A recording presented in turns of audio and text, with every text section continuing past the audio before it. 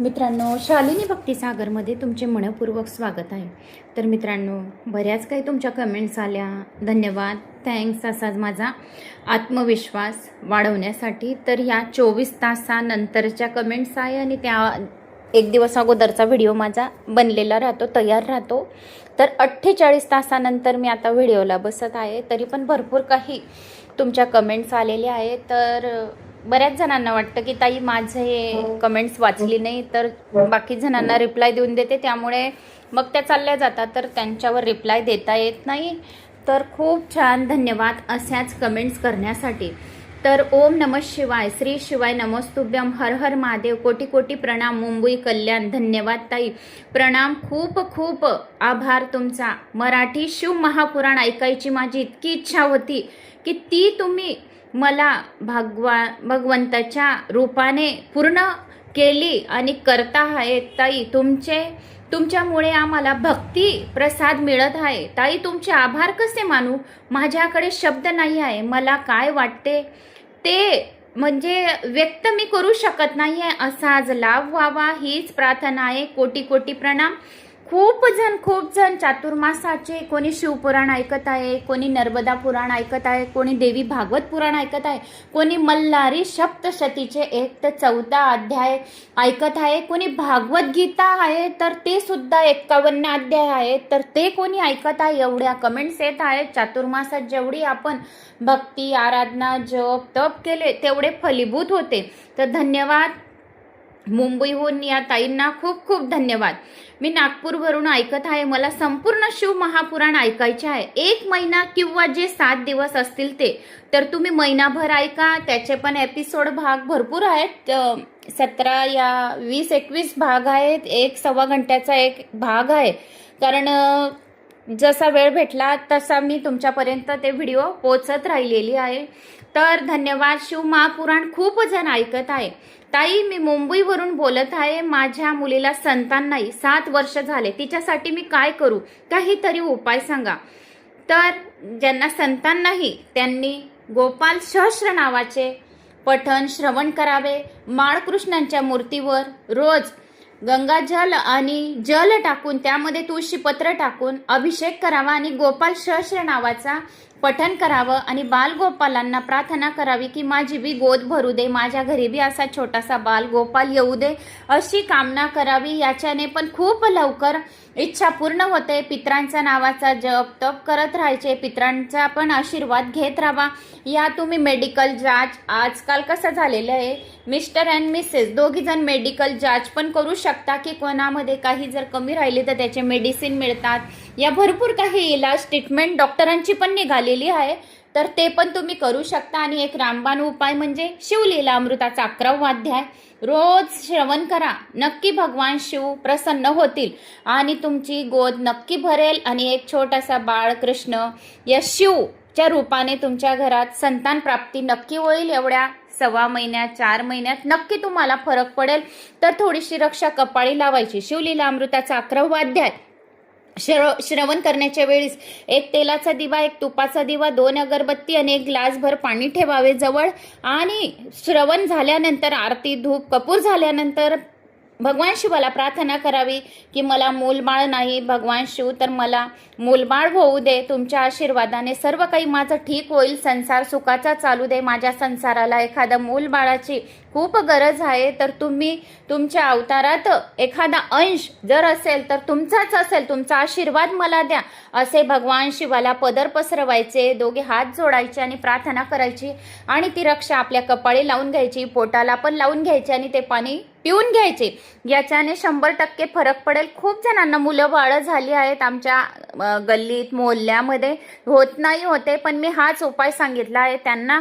आणि स्वतः मी बाजूलाच एक लेडीज आहे, तर तिला मी तर पूर्ण 9 महिने पावसाळा, थंडी, उन्हाळा छत्री घेऊन जायची, मंदिरात जायची आणि पाणी आणून दिलेलं आहे. तर तिला 1.25 महिन्यातच फरक पडून दिलेला होता. स्वयं माझ्या हाताने मी तिला 9 महिने पाणी दिलेलं आहे. म्हटलं तू खूप भाग्यवान आहेस की तुला मी 9 महिने पाणी दिलंय म्हटलं मंदिराचं, म्हटलं तर खूप मोठी गोष्ट आहे. तर तिला मुलगा झालाय, तिचं नाव तिने मग शिवच ठेवलं. ताई तुम्ही मला रोज मंदिरात जाऊन पाणी आणून दिलेलं आहे, तर मी आता माझ्या मुलाचं नाव शिवच ठेवते. तसा तुमच्या घरात पण शिवच येईल. नक्की हा उपाय करा, आशा सोडू नका. डॉक्टरांची पण जाच करत राहा, पॉझिटिव्ह विचार करत राहा की नाही आपले खरंच आता आनंदाचे दिवस येणार आहेत. ओम नमः शिवाय, हर हर महादेव. धन्यवाद ताई. ओम नमः शिवाय, ओम नमो भगवते वासुदेवाय नमः. जय श्री महाकाल देवरगाव, जय श्री महाकाल. श्री शिवाय नमस्तुभ्यम. श्री कृष्ण निगडी पुणे. ओम नमो भगवते वासुदेवाय नमः. जय श्री महाकाल कर्नाटक. जय श्री महाकाल परभणी. जय श्री महाकाल ग्वालियर. ओम नमः शिवाय. जय श्री महाकाल हर सांब सदा शिवाय नमः. खूप खूप धन्यवाद नांदगाव. ओम नमः शिवाय, हर हर महादेव. ओम नमः शिवाय. जय श्री महाकाल अमलनेर. जय श्री महाकाल. ओम नमः शिवाय. ओम नमो भगवते वासुदेवाय नमः. नांदेड. ओम नमो भगवते वासुदेवाय नमः. ओम नमो भगवते वासुदेवाय नमः. ओम नमो भगवते वासुदेवाय नमः. परभणी. श्री शिवाय नमस्तुभ्यम. खूप खूप आभार. धन्यवाद ताई. किती कौतुक करू ते कमी आहे. मी नागपूरवरून ऐकत आहे तुमचे शिव महापुराण. हर हर महादेव, हर हर महादेव. ओम नमः शिवाय. नर्मदे कल्याण. खूप खूप धन्यवाद ताई. प्रणाम तुम्हाला. हर हर नर्मदे. नर्मदा पुराणवर कमेंट्स आहे. धन्यवाद ताई. देवरगाव. श्री कृष्ण निगडी पुणे. ओम नमः शिवाय. धन्यवाद ताई. मुंबई. धन्यवाद ताई. कल्याण. देवरगाव. परभणी. अशा भरपूर गावांच्या कमेंट्स आलेल्या आहेत. तर अशाच कमेंट्स करण्यासाठी आणि माझा आत्मविश्वास वाढवण्यासाठी खूप खूप धन्यवाद. मालवण. नागपूर. ओम नमः शिवाय. कोल्हापूर. ओम नमः शिवाय. नाशिक. ओम नमः शिवाय. हर हर महादेव. तर अशा तुमच्या कमेंट्स होत्या. तरी पण आपला 6.5 मिनिटं 41 सेकंद गेले. तर आता आपण व्हिडिओला सुरुवात करूया. त्या अगोदर जर कोणी चॅनलला नवीन आलं असेल तर लाल बटनवर सबस्क्राईब करा, ऑलवर क्लिक करा आणि जास्तीत जास्त जणांना शेअर करा. कुठून कोणत्या गावात तुम्ही माझा हा व्हिडिओ ऐकत आहोत आपल्या गावाची कमेंट्स करा, म्हणजे तुमच्या पण गावाची कमेंट्स नक्की वाचून तुम्हाला श्रवण करायला मिळेल. श्री गणेशाय नमो नमः. वक्रतुंड महाकाय सूर्यकोटी समप्रभ निर्विघ्नं कुरु मे देव सर्व कार्येषु सर्वदा. ओम श्री सरस्वती नमः. ओम गुरुदेवतोभ्यो नमः. कुलदेवताय नमः. ओम शांताकारं भुजगशयनं पद्मनाभं सुरेशं विश्वाधारं गगनसदृशं मेघवर्णं शुभांगं लक्ष्मीकान्तं कमलनयनं योगिर्भ्यानज्ञं वन्दे विष्णु भवभैरवं सर्वलोकैकनाथं निवासं. श्री श्रीनिवासा की जय. कोल्हापूर महालक्ष्मी माता की जय. ओम पद्मावती महालक्ष्मी माता की जय. ओम कृष्णाय वासुदेवाय हरये परमात्मने प्रणत क्लेशनाशाय गोविंदाय नमो नमः. गोविंदाय नमो नमः. तर मागच्या व्हिडिओमध्ये आपण ऐकलं की वैशाख शुक्ल शुद्ध सप्तमीला राज्याभिषेक प्रभू श्रीरामाचा झाला आणि त्यांच्या लग्नाची तिथी जी आहे तर वैशाख शुक्ल दशमी ही बालाजी महाराजच्या लग्नाची तिथी होती. असे भरपूर काही आपण मागच्या व्हिडिओमध्ये ऐकलं. तर त्याचा इंट्रो आपण काही देत नाही, अगोदरच 7 मिनिटं आपले झालेले आहे कमेंट्समध्येच. त्याचा पुढचा भाग. आता रामकथेचा भावार्थ. रामायणाची कथा करुण रस प्रधान आहे. बालकांड शिवाय इतर सर्व कांड अश्रूंनी भरलेले आहेत. रामायण समाप्त झाल्यावर वाल्मिकी ऋषींच्या लक्षात आले की यात सर्व करुण सरच भरला आहे, म्हणून त्यांनी नंतर आनंद रामायणाची रचना केली. त्यात शोकपूर्ण प्रसंग नाहीत. रामायणातील एक एक पात्र आदर्श आहेत. श्री राम जैसा कोई पुत्र नहीं हुआ, वशिष्ठ जैसा कोई गुरु नहीं हुआ, दशरथ जैसा कोई पिता नहीं हुआ, कौशल्या जैसी कोई माता नहीं हुई, श्री राम जैसा कोई पति नहीं हुआ, सीता जैसी कोई पत्नी नहीं हुई, भरत जैसे कोई भाई नहीं हुआ, रावण जैसा कोई शत्रु नहीं हुआ. याचा अर्थ असा आहे की रामायणात दाखवले गेले आहे की मातृप्रेम, पितृप्रेम, पुत्रप्रेम, भ्रातृप्रेम, पतिप्रेम, पत्नीचे प्रेमाचे सर्वांचे आदर्श रूप या शब्दांनी व्यक्त केलेले आहे. एकनाथांनी भावार्थ रामायणात लिहिले आहे की रावणाची भक्ती शत्रुभक्ती होती, विरोध भक्ती होती. रावणाने विचार केला की मी एकटाच जर रामाची भक्ती करेन तर माझ्या एकट्याचाच उद्धार होईल. माझे हे राक्षस तर प्रभूचे नाव कधीच घेणार नाहीत, पण मी जर रामाशी शत्रुत्व पत्कारले तर रामाशी हे युद्ध होईल आणि रणगणावर सर्व राक्षसांना मरताना रामाचे दर्शन होईल आणि त्यांचा पण उद्धार होईल. कारण की हे रावण पण कोण आहे? रावण कुंभकर्ण जय विजय भगवान विष्णूंचे द्वारपाल सनक नंदननी यांनी श्राप दिलेल्यामुळे ते 3 जन्म राक्षस बनले. तर म्हणून त्यांना प्रभू श्रीरामांच्याच हातून मरण लिहिलं गेलं, कारण स्वयं भगवान विष्णूंनी सांगितलं होतं की मीच तुमच्या तिघी अवतारांमध्ये मीच तुमचा वध करेल आणि तुम्हाला मोक्षाची प्राप्ती देईल, असे आपण मागच्या स्कंदांमध्ये ऐकलं. आता मग याप्रमाणे सर्वांचा उद्धार झाला आणि या सर्व राक्षसांच्या उद्धाराच्या हेतूने रावणाने प्रभू श्रीरामाशी शत्रुत्व स्वीकारले. आपल्या शत्रुत्वाचे हेच कारण रावणाने कुंभकर्णाला सांगितले होते की रामायण हे श्रीरामाचे नामस्वरूप आहे. रामायणाचे एक एक कांड रामाचे अवयव आहे. प्रभू श्रीरामाचे एक एक अवयव आहे. बालकांड श्री राम का चरण है, अयोध्या कांड श्री राम की जंगा है, अरण्य कांड श्री राम का उदर है, किष्की कंधा कांड श्री राम का हृदय है, सुंदर कांड श्री राम का कंठ है और लंका कांड श्री राम का मुख है, उत्तर कांड श्री राम का मस्तक है. तर श्रीरामाचे नाम स्वरूप असलेला रामायण ग्रंथ जीव मात्राचा उद्धारक आहे. प्रभू श्री रामचंद्र प्रत्यक्ष पृथ्वीवर जेव्हा अवतार घेतात तेव्हा अनेक जीवांचा उद्धार होतो. त्यांच्या फक्त नावानेच सर्वांचा उद्धार होऊन जातो. जो नुसतं श्रवण सुद्धा करून घेईल प्रभू श्री रामांचं नाव तरी बी त्याचे सर्व पातके नष्ट होतात आणि सर्व पापांपासून मुक्ती मिळते. पण जेव्हा ते प्रत्यक्ष विद्यमान नसतात तेव्हाही रामायण अनेक जीवांचा उद्धार करते. श्रीरामांनी तर काही जीवांचा उद्धार केला होता, पण रामायण तर आजही अनेक जीवांना प्रभूकडे नेत आहे. अनेकांचे कल्याण त्यांनी केले आहे आणि करीत आहे व करीत राहील. म्हणून एका दृष्टीने जर आम्ही रामायण रामापेक्षा श्रेष्ठ मानले तर काही वावगे होणार नाही. रामचरित्र मार्गदर्शक आहे. रामायणातून सर्वांना शिक्षण मिळते. आपले मन कसे आहे हे पाहायचे असेल तर रामायण वाचा. आपले मन कसे आहे तर आपण रामायण वाचूया. मी पण नाही वाचलं आहे, पुराण झाल्यावर रामायण पण वाचूया आपण. तर रामायण वाचा. रामायणाने मनन केल्याने आपले मन कसे आहे हे लगेच आपल्याला दिसून येईल. बघू आपण आपले मन कसे आहे बरं. रामायण मनोमलिन्याचा आरसा आहे. ज्याच्या अधिक वेळ झोप व आळस यात जातो तो कुंभकर्ण होय. ज्याचा जो खूप अधिक झोप आणि आळस ज्याला आहे तर त्याचा वेळ कसा राहतो आणि तो कसा राहतो कुंभकर्णासारखा. आपल्याला तर वेळ पण नाही, आपण कुतरून 5-5 मिनिटं काढतो तर आपल्याला वेळ मिळतो. असं वाटतं 5 मिनिटं गेले तर खूप मोठं काहीतरी धन दौलत चालली जाईल असं वाटतं. म्हणून समयला खूप महत्व द्या. 2-2 मिनिट 5-5 मिनिट खूप महत्वाचे आहेत आपल्या जीवनाचे. म्हणून अधिक वेळ जो जास्त झोपतो, जो आळसपणा त्याच्या अंगी आहे तो कुंभकर्ण समजावा. पण परस्त्रीच्या कामभावनाने चिंतन करणारी व्यक्ती रावण आहे. जो परपुरुष आहे तो परस्त्रीची कामभावना जर करत असेल तर त्याला रावणच समजावे. रावण म्हणजे काम रडवीत असते. कामच दुःख देणारा आहे. जो रडवतो तो रावण. परमानंद भुलवणारा राम होय. जर आपल्याला हे सर्व आपल्या सांसारिक सुखाचा जर आपण विसर पडला आणि आपल्याला फक्त भागवत पुराणाचीच गोडी राहिली तर असं समजावा की आपल्या राम आपल्या जवळच आहे. रामायणाचे 7 कांड मी तुम्हाला आताच सांगितले कोणते कोणते आहे, त्यांचे वर्णन केले आहे.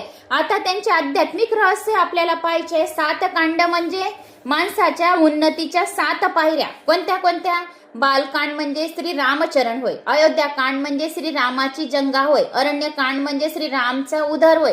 आणि किष्ककंधा कांड म्हणजे श्री रामचं हृदय होय.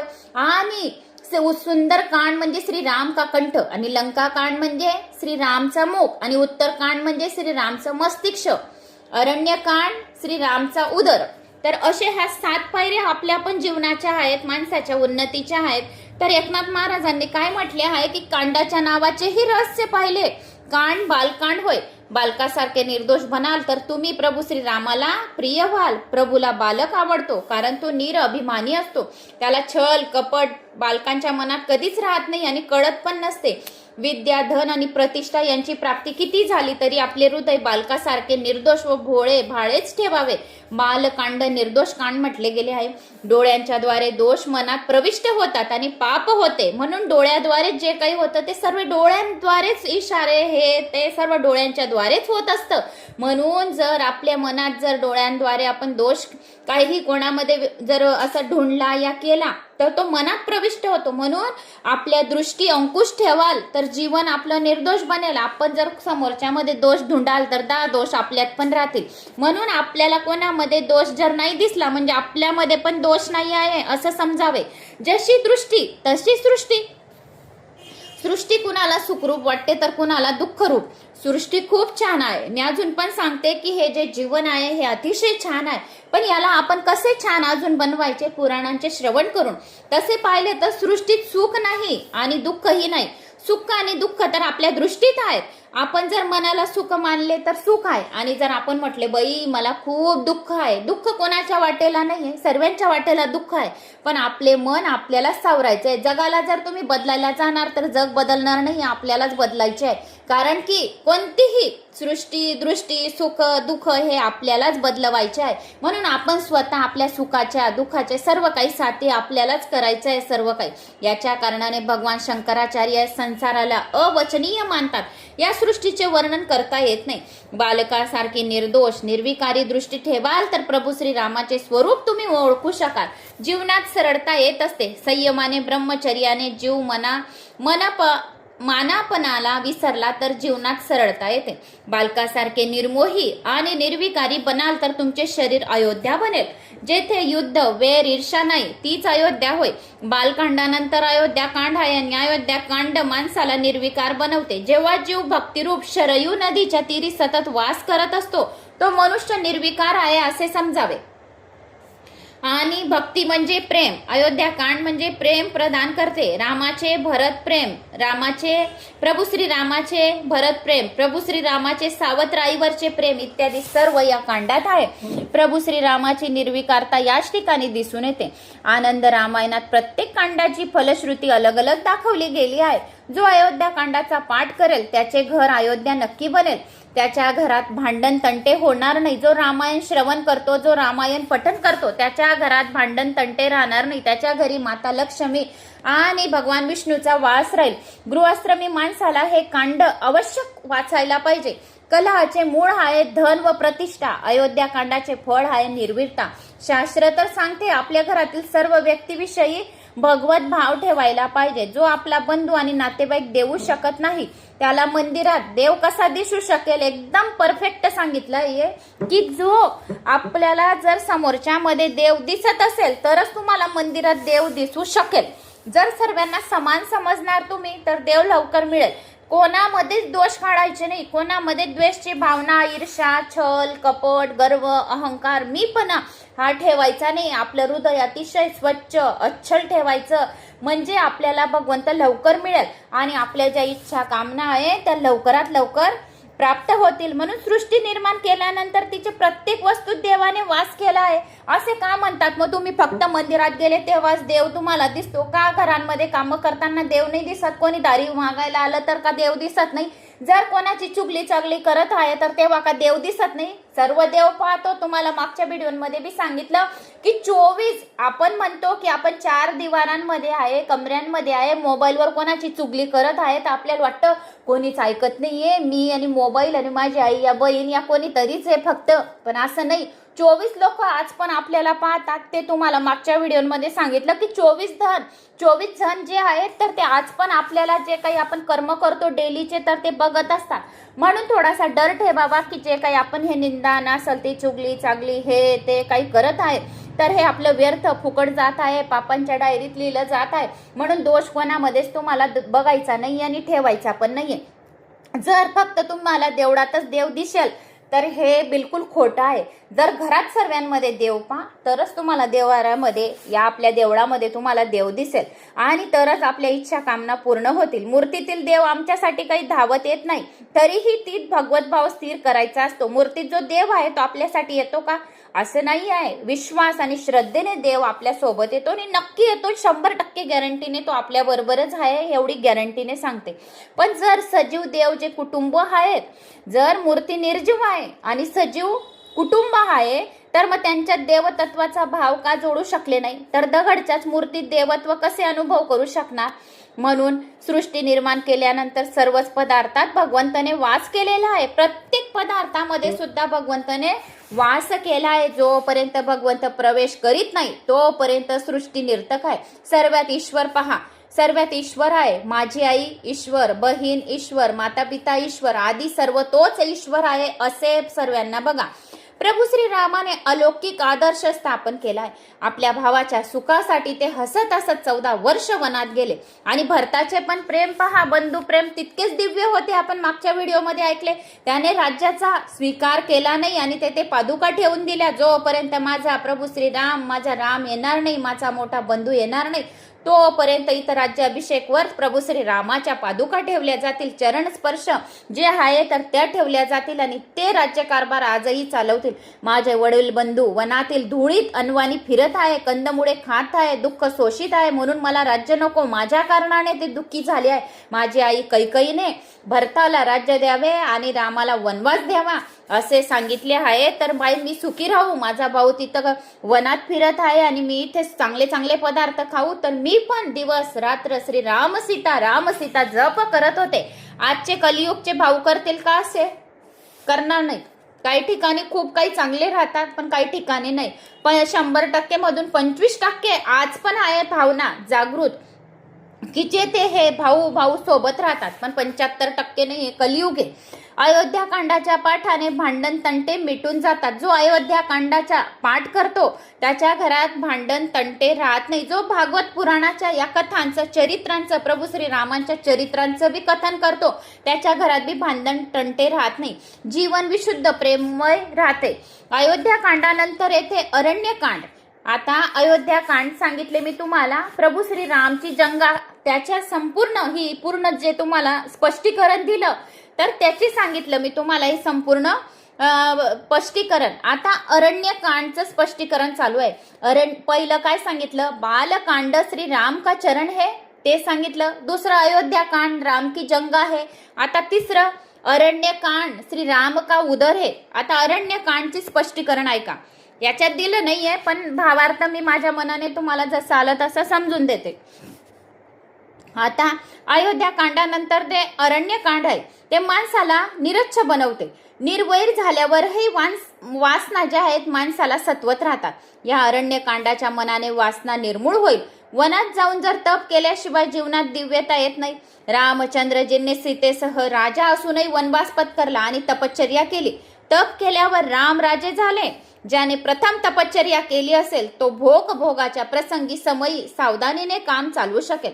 सर्वच महान व्यक्तींनी तपश्चर्या केली आहे. चैतन्य महाप्रभूंनी तर अनवाणी पूर्ण भारताची यात्रा केली होती. 2 पेक्षा जास्त वस्त्रही ठेवत नसत. जीवनात तपश्चर्या आवश्यक आहे. वनवासाशिवाय जीवनाला सुगंध येत नाही. वनवासाशिवाय जीवन सत्वहीन असते. जास्त नाही पण कमीत कमी 1 महिना तरी एखाद्या वनात पवित्र नदीच्या तीरी वनवास करावा आणि तेथे प्रभू श्री रामाचा मंत्राचा जप करावा. तेथे तुम्ही भगवंत याशिवाय तिसरा कोणी नसावा. तिसरा आला म्हणजे गडबड सुरू होते आणि चुगल्या करतात. म्हणून जे आपण देवाची सेवा करतो ते एकट्यातच होते. या 2 जणांमध्ये जर चांगले राहतील, त्यांचे मेलमिलाप, जर 2 स्त्रिया आहे आणि त्यांच्या जर चांगल्या मेलमिलाप राहील तर ते चुगली करणार नाही. कारण त्याला माहिती आहे की आपल्याला देवाला प्राप्त करून घ्यायचे, फक्त प्रभू श्री रामाचा आपल्याला इथे जप करायचा आहे. आणि 3 राहिल्या तर 3 चुगल्या करतील. म्हणून तिसरा आला म्हणजे गडबड सुरू होईल. वनवासाने माणसाचे हृदय कोमल बनते. जो वनवास करतो ना त्याचे हृदय अतिशय कोमल बनून जाते. वनवासाने माणसाला असा विश्वास उत्पन्न होतो की देवाशिवाय आपले असे कुणी नाहीये. अरण्यकांड जो आहे तर तो आम्हाला वासनाहीन बनवतो. आता मी तुम्हाला ह्या अरण्यकांडचं स्पष्टीकरण सांगत आहे. तर अरण्यकांड आपल्याला काय बनवतो? वासनाहीन बनवतो. भगवंत असून प्रभू श्री रामचंद्रजींनी आम्हाला हे दाखवले की तप केल्याशिवाय वासना नष्ट होत नसते. उत्तम संयम म्हणजे तप होय. प्रथम तर जिभेवर संयम ठेवायचा आहे. प्रथम आपल्याला आपली जीभ आपल्या काबूमध्ये रोजच ठेवायची आहे. कारण जीभ खूप बडबड करते, म्हणून आपल्या जिभेला आपल्याला काबूमध्ये ठेवायचं आहे. तिला सांगायचं आहे की कोणाला मी बरं वाईट नको बोलू देऊ. माझ्या जिभेवर नेहमी सरस्वतीचा वास राहू आणि मी जे काही चांगले बोलू, पॉझिटिव्ह बोलू, कोणाच्याबद्दल सद्भावना ठेवू, कोणाच्या प्रती जर चांगले बोलू, या त्याचे कार्य चांगले हो, तर असंच मला बोलण्याची बुद्धी दे. एवढं त्या सरस्वती मातेला सांगावं आणि जिभेवर संयम रोज ठेवावा. मौन पाळावं. शक्य असेल तेवढंच बोलावं. जर आवश्यकता आहे तरच बोलावे. कारण जास्त बोलण्यात काही गडबड करून टाकतात आणि भांडणं सुरू होऊन जातात, म्हणून जिभेवर खूप संयम ठेवायला सांगितले आहे. वनवासात श्रीरामांनी अन्नाऐवजी फलाहारच घेतला होता. अन्नातील अंगभूत म्हणजे रजोगुण काम उत्पन्न करतो. सात्विक आहार वाचून काम नष्ट होणे शक्य नाही. प्रभू श्रीरामांनी वनामध्ये कंदमुळे खाऊन तप केले. वनात त्यांनी कोणत्याही धातूला स्पर्श केला नाही. नारळाची नारवट्टी केली. पाणी प्यायचे भांडे नव्हते, तर नारळाची नारवाटी पाणी पिण्याचे भांडे त्यांनी तयार केले. आणि माता सीता सोबत असूनही राम निर्विकारच होते. त्यांना वासनेचा हळूहळू नाश केला जातो. वासनेचा काय होतो? नाश केला जातो. हे अरण्यकांड आपल्याला असं शिकवते. जर वासनेवर विजय मिळवायचा असेल तर जीवन सात्विक बनवावे लागेल. तपश्चर्या कराल तर रावण मरेल. कामरूपी रावणाला मारण्यासाठी वनवासातील तपश्चर्या आवश्यक असते. या अरण्यकांडात शर्पणखा मोह, शबरी भक्ती आहे. शर्पणखा म्हणजे वासना, कारण तिने काय सांगितलं रावणाला खोटं खोटं जाऊन की भाऊ मी तुझ्यासाठी एक स्त्री पाहिली. पंचवटीत राम लक्ष्मण आलेले आहेत अयोध्यामधून आणि त्याची पत्नी एवढी सुंदर होती की मी तुझ्यासाठी आणत होती. तिने खोटं बोलली. कारण का? तिने काय सांगितलं की माझा जीव जो आहे तर तुमच्यावर आलाय, प्रभू श्रीरामावर. तर प्रभू श्रीरामांनी काय उत्तर दिलं आठवण असेल ना? ज्यांनी ऐकलं तर कमेंट्स मध्ये करा. तर शर्पणखाने काय सांगितलं की मी एक पत्नीधारी आहे. मी स्त्रीला स्पर्श सुद्धा करत नाही. प्रत्येक स्त्री माझी माता समान आहे. पण शर्पणखाने भावाला काय सांगितलं रडत रडत, ज्या वेळेस तिचं नाक कापलं गेलं तर म्हणे शर्पणखा म्हणजे ही वासना समजावी. मोह याच्याकडे भगवान कधीही पाहत नाही. तर शबरी म्हणजे भक्तीकडेच लक्ष देत होती. शबरी किती म्हातारी झाली, भील जातीची होती. आठवण आहे ना? शबरी कोण होती? शबरी माता कमेंट्स मध्ये करा कोणत्या जातीची होती. म्हणजे तुम्हाला पण जास्तीत जास्त कथा कमेंट्स करत राहणार काही काही प्रश्नांचे, तर तुमच्या लक्षात येतील. घरात मिस्टर राहता, मुलं राहता, झोपण्याच्या वेळेस त्यांना अशा छोट्या छोट्या कथा सांगाव्या. आजकाल सर्व या कथा मुलं विसरून गेली आहे. माझे मुलं लहान होते तर मी जवळ त्यांना झोपवायची, तर अनेक अशा काही कथा ऐकायच्या. तर कथा ऐकतच मुलं झोपून जायचे. आणि रात्री झोपण्याच्या अगोदर त्यांना गणपती बाप्पाचे 21 नावांचं पठण जोपर्यंत करत नाही, तोंडी पाठ बिना बघून, तरच तुम्हाला झोपू देईल, नाही तर झोपू देणार नाही. एक समोर भिंतीवर लिहून ठेवलं ते 21 नावं गणपती बाप्पाचे. प्रत्येकाने महिनाभर पाठ करावे. लहान लहान तिसरीत होते, दुसरीत होते, त्यावेळेस म्हटलं पाठ करा आणि मला बोलून दाखवा. ते पेपर न बघता बोलून दाखवा, नाही तर दोघांना हातावर छड्या भेटतील. एवढे स्ट्रिक्ट वातावरण मी मुलांसाठी केले होते. पण आज म्हणतात की मम्मी तू आम्हाला जे स्ट्रिक्ट वातावरण ठेवलं होतं, पण आज आम्ही पुढे जात आहे तुझ्या आशीर्वादाने. तर आज माझी मुलगी जास्त गर्वाची गोष्ट करत नाही. भोपाळमध्ये मॅक्झिलोफेशियल सर्जन मध्ये तिने इतक्या मोठ्या ट्रॉफी आणल्या की मी तुम्हाला ट्रॉफ्यांचा व्हिडिओ आता स्पेशल एक दिवशी बनवून दाखवेल की किती ट्रॉफी आहे, किती तिला सर्टिफिकेट भेटले आहे आणि किती मोठे मोठे जे पदव्या भेटल्या आहेत. तर त्याची एवढी मोठी रांग पूर्ण फर्निचर भरून गेलेलं आहे. तर हे जे स्ट्रिक्ट वातावरण, अभ्यासाकडे लक्ष द्या, रोज त्यांचा अभ्यास घ्यायचा. इंग्लिशमध्ये मला खूप आवड होती, तर इंग्लिशच्याच पुस्तकांत त्यांना इंग्लिश मीडियमला टाकलं होतं दोघं बहीण भावांना. तर इंग्लिशमध्येच सर्व काही विचारायची, क्वेश्चन लिहून द्यायची की आता याचं उत्तर द्या, उद्या पेपर आहे. पण पेपरांमध्ये बी चांगले मार्क यायचे. कारण का? आपण जसे मुलांना वळण लावले, संस्कार दिले, तसे ते करतात. आता त्याच्या पप्पांना, मुलांच्या पप्पांना रोज सवय आहे आपल्या आई वडिलांचे नमस्कार करायचे, म्हणजे माझ्या सासू सासऱ्यांचे. तसा माझा मुलगा पण बघतो, आमच्या दोघांचे नमस्कार करतो, माझी बाबांचे नमस्कार करतो, अंकल आंटीचे करतो. तसेच माझ्या देराणीच्या मुलांना बी संस्कार पडत आहे की आपला मोठा भाऊ कसा करत आहे, बडे पप्पाचा मुलगा. तर आपण पण असे करायचे. ते आजी बाबांचे पडतात पाया, मग बडी मम्मा बडे पप्पाचे पडतात, मग मम्मी पप्पाचे पडतात. म्हणजे सर्वांचे असे नमस्कार करत करत मग खाली दुकानांमध्ये जातात. जसे तुम्ही वळण लावलं घरामध्ये, या वडील जसे करत आहे आपल्या आई वडिलांची सेवा, ती सेवा मुलांना मुलं बघता आणि मुलं करतील. आज मी माझ्या सासू सासऱ्यांची सेवा करताय तर माझं वाया जाणार नाही, कारण सर्वात मोठी सेवा सासू सासऱ्यांची राहते. तसं माझा मुलगा बघत आहे, तो बरोबर माझी सेवा करेल. मला माहिती आहे ना, कारण मी सेवा करत आहे एवढी, तर माझी कधीच वाया जाणार नाही. नाश्ता, जेवण, हे ते आम्ही दोघी दिराणे जिठाण्याबरोबर करत आहे सेवा, तर मुलं बी तसेच बघत आहे. म्हणून जशी तुम्ही आदत टाकणार तशी त्यांच्यावर आदत पडेल आणि तसे त्यांना संस्कार पडतील. पण आता इथे शर्पणखा काय म्हणजे वासना, तर तिने आपल्या भावाला खोटे सांगितले आणि प्रभू श्रीरामांनी सांगितले की मी एक पत्नीधारी आहे, तर मी तुला स्वीकार करू शकत नाही. याच्यावरून रावणाने माता सीतेला हरण केले. मोह याच्याकडे भगवान कधीही पाहत नव्हते. तर शबरी म्हणजे भक्ती, तर शबरी माता म्हणजे भक्ती. भक्ती म्हणजे रोज अंगण सारत होती, रोज रोज रोज रोज अंगण सारायची, प्रभू श्रीरामांची वाट पाहत होती. भिल जातीची होती, पण काष्टला महत्व नाही आहे. काष्ट कोणता पण असे, पण तुमची श्रद्धा आणि विश्वास. त्या भिल जातीची शबरी माताच्या झोपडीत सुद्धा प्रभू श्रीराम पधारले आणि तिची उष्टी बोरं खाल्ली. माता शबरीने सांगितले की खट्ट तर बोर नाही आहे, माझ्या प्रभू श्रीरामाला तर जाणार नाही खट्टे बोर. ते उष्टे आहे की आपल्या तोंडाचे आहे ते सुद्धा बघत नव्हती, पण काय त्याच्यात विश्वास, श्रद्धा आणि प्रेम आणि जीववाडा होता. म्हणून मोहाचा नाश करा आणि आत्मा शुद्ध करा आणि शुद्ध भक्ती आचरणात आणा. माणूस निर्विकार व निर्वैर आहे, वासना रहित होतो, तेव्हाच किष्किंधा कांडात जीवाची मैत्री होऊ शकते. आता तुम्हाला सांगितलं अरण्यकांडचा अर्थ सांगितला. पहिले श्रीरामाच्या चरणाचा बालकांड सांगितलं, दुसरं अयोध्याकांड रामची जंगा सांगितलं, तिसरं अरण्यकांड श्रीरामचा उदर सांगितलं. आता किष्किंधा कांड म्हणजे रामचं हृदय. आता आपण आलेलो आहे किष्किंधा हृदयावर आलेलो आहे. तर कांडात जीवाची मैत्री होऊ शकते. अरण्य कांडात वासनेचा क्षय करा झाल्यानंतर किष्किंधा कांडात सुग्रीवाशी रामाची मैत्री झाली. जीव जोपर्यंत कामाची सोबत सोडत नाही तोपर्यंत त्यांची मैत्री देवाशी होणे शक्य नाही. या किष्किंधा कांडात सुग्रीव व राम म्हणजे जीव व भगवंत यांच्या मैत्रीचे वर्णन आहे. सुग्रीवाने कामाचा त्याग केला म्हणून त्यांची भगवंताशी भेट होऊ शकली नाही. ईश्वराशी जीवाची भेट तेव्हा शक्य आहे की जेव्हा हनुमानजी ब्रह्मचर्य आणि संयम मध्यस्थी करतात. ज्याचा कंठ सुंदर आहे तो सुग्रीव होय. कंठाची शोभा सोन्याची साखळी नव्हे तर ब्रह्मचर्य आणि नाम जप होय. ईश्वराची आपल्याला गोडी लागली पाहिजे, तळमळ लागली पाहिजे की माझे पुराण बाकी आहे, नवम स्कंद माझं चालू आहे, तर मला पटपट दसम स्कंदावर यायचंय आणि मला खूप वेळ देव. भगवंताला अशी प्रार्थना करू म्हणजे तेव्हा आपल्याला वेळ काढून 1 घंटा आपल्याला मिळतो, तर तो भगवंत आपल्याला तो वेळात वेळ काढून देतो. म्हणून आपण त्यांचे आभार मारावे. म्हणून शोभा ही सोन्याची साखळी नव्हे तर ब्रह्मचर्य आणि नाम जप ही खरंच ईश्वराची कृपा आहे. ईश्वर व जीवाची मैत्री हनुमंत व ब्रह्मचर्यावर आधारित आहे.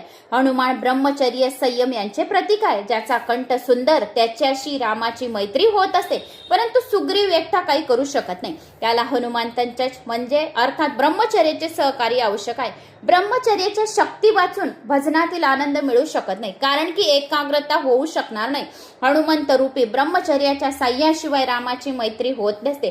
सुग्रीवाला हनुमंतामुळेच रामांनी आपले मानले. ईश्वराची जीवाची मैत्री झाली म्हणजे जीवाचे जीवन सुंदर बनते. म्हणूनच किष्किंधा कांडानंतर सुंदरकांड आलेले आहे. काय आता किष्किंधा कांड नंतर आता सुंदरकांड आले. आता आपण आलो सुंदरकांड श्रीराम का कंठ है. तर आता सुंदरकांडवर आलो. जोपर्यंत जीव प्रभूशी मैत्री जोडत नाही तोपर्यंत त्याचे जीवन सुधारणार नाही. किष्किंधा कांडानंतर सुंदरकांड खूप खरोखर सुंदर आहे. म्हणून रामभक्त, श्रीराम भक्त आणि हनुमंताचे चरित्र याच्यामध्ये सुंदरकांड मध्ये सांगितले गेलेले आहे. भागवताच्या दशम स्कंदाप्रमाणे कांडही अतिशय अद्भुत आहे. भागवतात जे स्थान दशम स्कंदाचे आहे तेच पण तिचे दर्शन केव्हा होऊ शकते.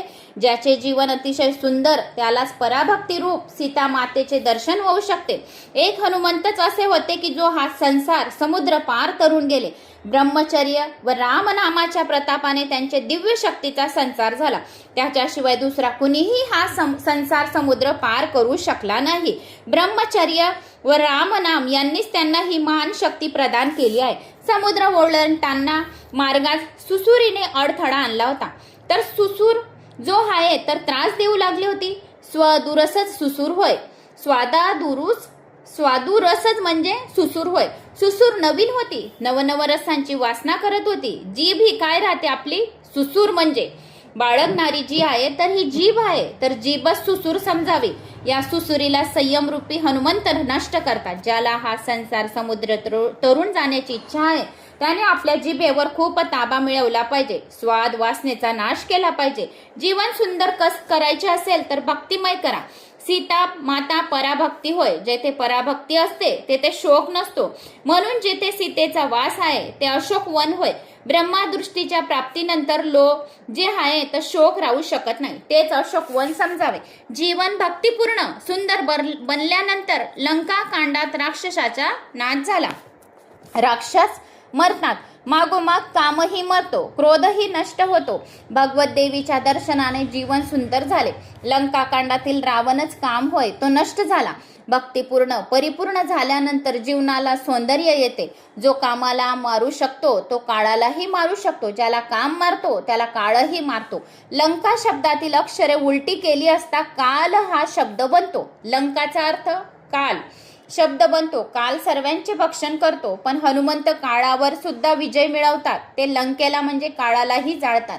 हनुमंतावर काळ आपली सत्ता चालवू शकत नाही, कारण ते ब्रह्मचर्याचे पालन करतात. त्यांना पराभक्तीचे दर्शन घडले आहे.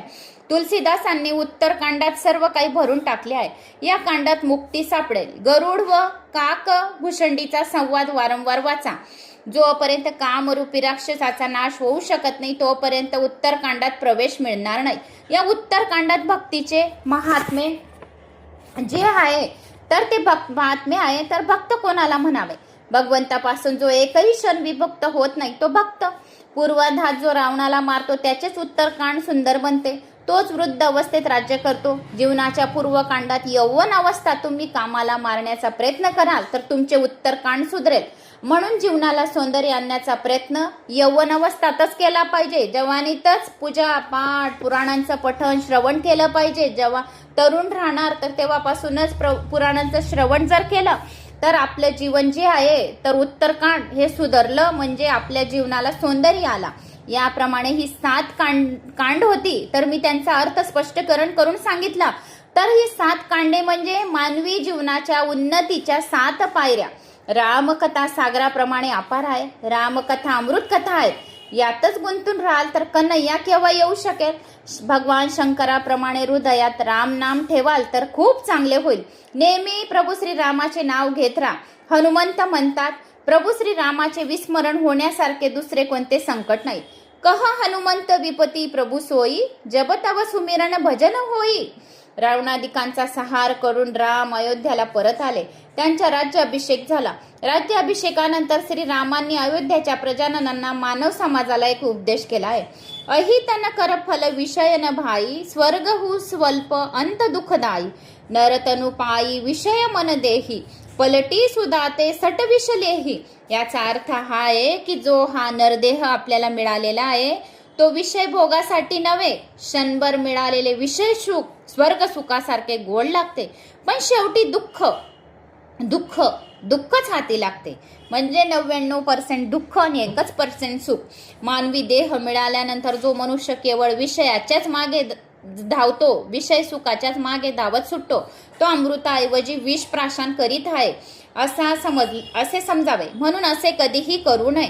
याचा अर्थ सांगितला मी तुम्हाला वरच्या लाईनीचा.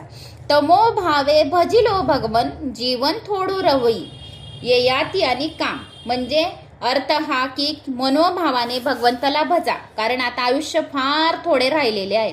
भोगोपभोगाने कधी शांती मिळणार नाही. जोपर्यंत आता आपले आयुष्य आहे तोपर्यंत आपण 18 पुराणांचे श्रवण करून घेऊ, कारण कोणाला माहिती केव्हा काय होईल काय नाही, तर आपल्याला माहित नाही राहत की केव्हा काय होऊन जाईल.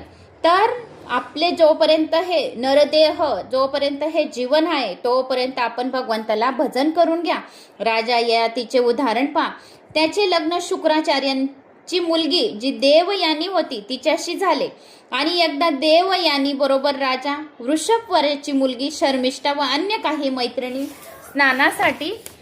स्नानासाठी गेल्या होत्या. स्नान आटोपल्यानंतर जेव्हा त्या कपडे नेसण्यास गेल्या तेव्हा शर्मिष्ठाने चुकून देवयानीचे कपडे घालून घेतले. देवयानीने रागाने शर्मिष्ठेला बरीच अद्भुतता बोलले. शर्मिष्ठेला पण राग आला व तिने देवयानीचे कपडे हिसकावून घेतले व तिला विहिरीत ढकलून दिले. या सर्व निघून गेल्या. मृगयेसाठी निघालेला राजा ययाती तेथे आला. त्याला विहिरीतून आर्त आवाज ऐकू आला. तेव्हा त्याने देवयोनीला देवयानीला बाहेर काढले. देवयानीने राजाशी लग्न करण्याची इच्छा प्रकट केली. इकडे शुक्राचार्याच्या कानावर देवयानीची वार्ता पोहोचली. ते वृषपर्व्याच्या नगरात आले. तिकडून वृषपर्वाही क्षमा मागण्यासाठी तेथे येऊन पोहोचला. तेव्हा शुक्राचार्यांनी वृषपर्व्याला देवयानीचे समाधान करण्यास सुचवले. देवयानी वृषपर्व्याला म्हणाली, राजन, लग्नानंतर मी जेथे जाईन तेथे शर्मिष्ठाने दासी म्हणून माझी पूजा केली पाहिजे. त्याप्रमाणे शर्मिष्ठा दासी म्हणून ययातीकडे राहिली. शुक्राचार्यांनी शर्मिष्ठेशी संभोग करण्याची ययातीला मनाई केली होती, पण राजाने शुक्राचार्याच्या आज्ञेचे उल्लंघन केले. म्हणून गुरुने त्याचे तारुण्य नष्ट करून टाकले आणि त्याला खूप म्हातारपण दिले. ययाती शुक्राचार्यांना शरण आला व माझे म्हातारपण कसे जाईल याचा उपाय विचारू लागले. तेव्हा शुक्राचार्य म्हणाले, राजा, तुझे वृद्धत्व स्वीकारून आपले तारुण्य तुला कोणी देईल तर मात्र हे शक्य आहे. राजा ययातीने आपलाच मुलगा जो पुरू त्याचे तारुण्य घेतले व हजारो वर्ष विषय सुख भोगले. इतक्या भोगानंतर त्याला तृप्ती मिळाली नाही. त्याने त्याच्या मनात वैराग्य आता उत्पन्न करून टाकले आणि जगाला उपदेश केला. न जातू काम कामानुमो भोगे न शमयती हविषा कृष्ण वर्तेम भूय एवाभिवर्तते. म्हणजे विषयांचा उपभोग घेतल्याने कधीही तृप्ती किंवा शांती मिळत नसते. कामवासना नष्ट होत नसते. उलट अग्नीत तुपाची आहुती टाकल्याने जसा तो अधिक भडकतो तशी कामवासना पण अधिक वाढत राहते. भोगपोगाने वासना अधिक उग्र होत जाते. माणसाचे शरीर म्हातारे होते पण वासना मात्र कधीही वृद्ध होत नाही. भोगान भुक्ता वयमेव भुक्ताम तृष्णान जीर्णा वयमेव जीर्णाम. याचा अर्थ असा आहे, भागवत पुराणमध्ये सांगितलेला गीतेचे भाष्य आहे. गीतेतील सिद्धांतांचे दृष्टांत आम्हाला भागवत पुराण देत आहे. काम महाशनो महापापम म्हणजे काम हा अग्नीप्रमाणे भोगांनी कधीही तृप्त न होणारा महापापी व वैरी होय. काम वस्तुत शत्रू होय. तरी या ययातीप्रमाणे कित्येक लोक त्याला मित्र बनवण्याचा प्रयत्न करतात व शेवटी दुःखी होतात. काम व क्रोध यांना कधीही मित्र बनवू नका. ते वैरी होत. त्यांच्याशी वैर्याप्रमाणे वागा. गीतेत काय सांगितलं आहे, न मे भक्ताम प्रणशयाती म्हणजे काय? भागवतात प्रल्हाद, अमरीश राजा इत्यादी अनेक भक्तांची मी तुम्हाला चरित्र सांगितली ना. न मे भक्ता प्रणशयाती याचा अर्थ असा की भागवतात तुम्हाला भक्त प्रल्हादचं उदाहरण दिलं, अमरीश राजाचे उदाहरण एकादशीसाठी दिले. भक्तांची चरित्र कथन केली गेली आहेत. राजा रतिदेवाचे चरित्र पण अद्भुत आहे. त्याला जे काही मिळत असते ते दुसऱ्यांना देत असे. ज्याच्या जीवनाचे देव हे आहे की स्वतः किती दुःख भोगावे लागले तरी दुसऱ्यांना मात्र सुखीच करत राहावे. एकदा तर रतिदेवाने आपले अन्न पाणी इत्यादी सर्व काही जीवनावश्य वस्तू दुसऱ्यांना देऊन टाकल्या. आपले प्राण संकटात टाकले होते. तो म्हणत असे, न कामयेहम गतिमीश्वरात परामष्ट द्विर्धयुक्ताम पुनर्भवम वा आरती प्रपद्यखिल देह भाजामंतम स्थितो येन भवंत दुःखा. अष्टमहासिद्धींना युक्त अशी उत्तम गती मी ईश्वराकडे मागत नाही. मला मोक्षाची सुद्धा इच्छा नाही. मला एकच इच्छा आहे की माझा वास सर्व प्राणी मात्रांच्या हृदयात असावा, जेणेकरून त्या सर्वांचे दुःख मला झेलता यावे, की ज्याच्यामुळे त्यांना दुःख भोगण्याची पाळी येणार नाही. माझी तर भक्ती हीच इच्छा आहे आणि सर्व प्राणी दुःखमुक्त होऊन त्यांची दुःखे मी सोसावीत. असं कोण म्हणतं? रतिदेव. शेवटी यदुवंशांचे वर्णन आहे. यदुराजांचा वंश दिव्य आहे. याच वंशात श्रीकृष्णाने पण जन्म घेतला होता. यदुवंशाचा, यदुराजाचा वंश. राजा सावध हो. या वंशाची कथा जो कोणी श्रवण करेल त्याचा वंश वाढतच राहील. जो यदुवंशाची कथा ऐकतो, जो ही कथा ऐकेल त्याचा वंश वाढत राहील. ज्याला संतान नाही त्याला संतान प्राप्ती होईल आणि दीर्घ आयुष्याची प्राप्ती होईल. मान, प्रतिष्ठा, यश, कीर्ती, सन्मान वाढेल. धनधान्याचे भंडार भरलेले राहतील. कोणत्याही कामात यश मिळेल. माती उचलतील तर सोनं होईल. अशा या कथा आहेत. ही हरिवंशाची कथा होय.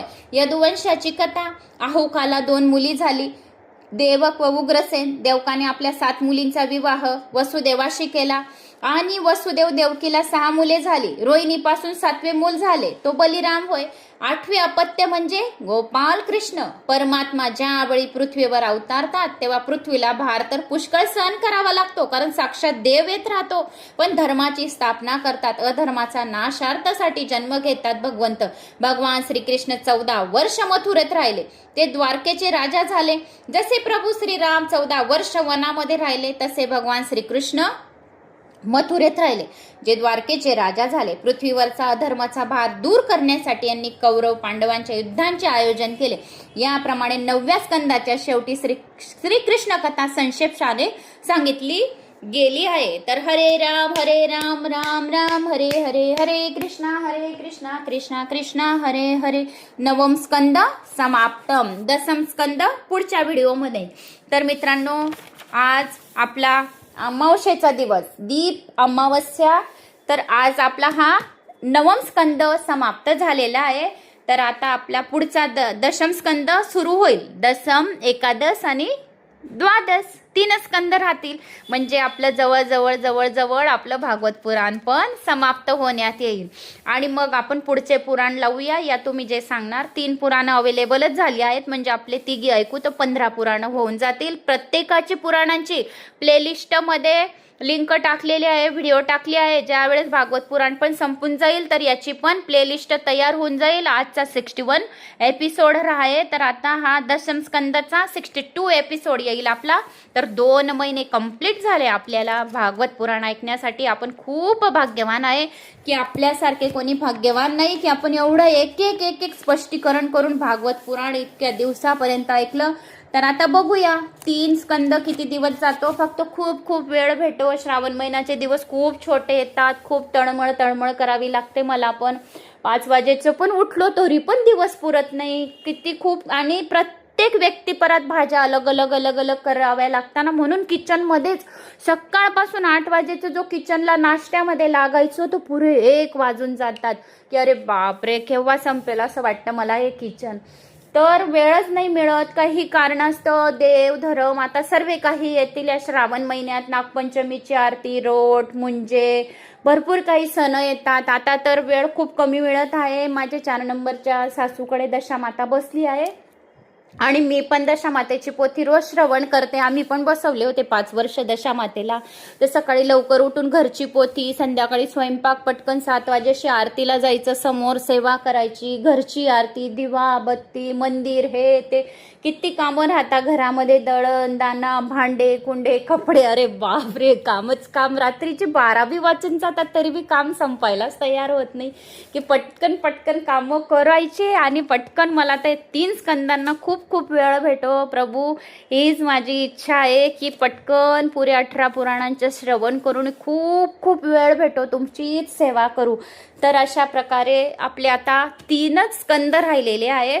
तर मित्रांनो, मला अशी आशा आहे की तुम्हाला नक्की माझा हा व्हिडिओ आवडला असेल. आवडल्यास लाईक, शेअर, सबस्क्राईब नक्की करा. आणि शालिनी भक्तिसागरवर दशामातेची पोथी रिव्हील फेसमध्ये आलेली आहे. तर शालिनी भक्तिसागर दशामाता व्रतकथा सर्च करा. या 10 दिवसात दशामातेची व्रतकथेचा पण लाभ घ्यावा. दशामाता 9 रूप नवदुर्गाचे आणि 10वा रूप दशामातेचा. तर आपली दशा खूप चांगली सुधारते. आर्थिक परिस्थिती खूप चांगली होते. दुःख दारिद्र्य दूर होते दशामातेची व्रतकथा ऐकल्याने, आरती केल्याने. तर नक्की असा पण तुम्ही पण लाभ घ्यावा. तर कमेंट्समध्ये जय श्री महाकाल, ओम नमो भगवते वासुदेवाय नमः. पुढचा व्हिडिओ 10म स्कंद. सर्वांनी हसून कमेंट्स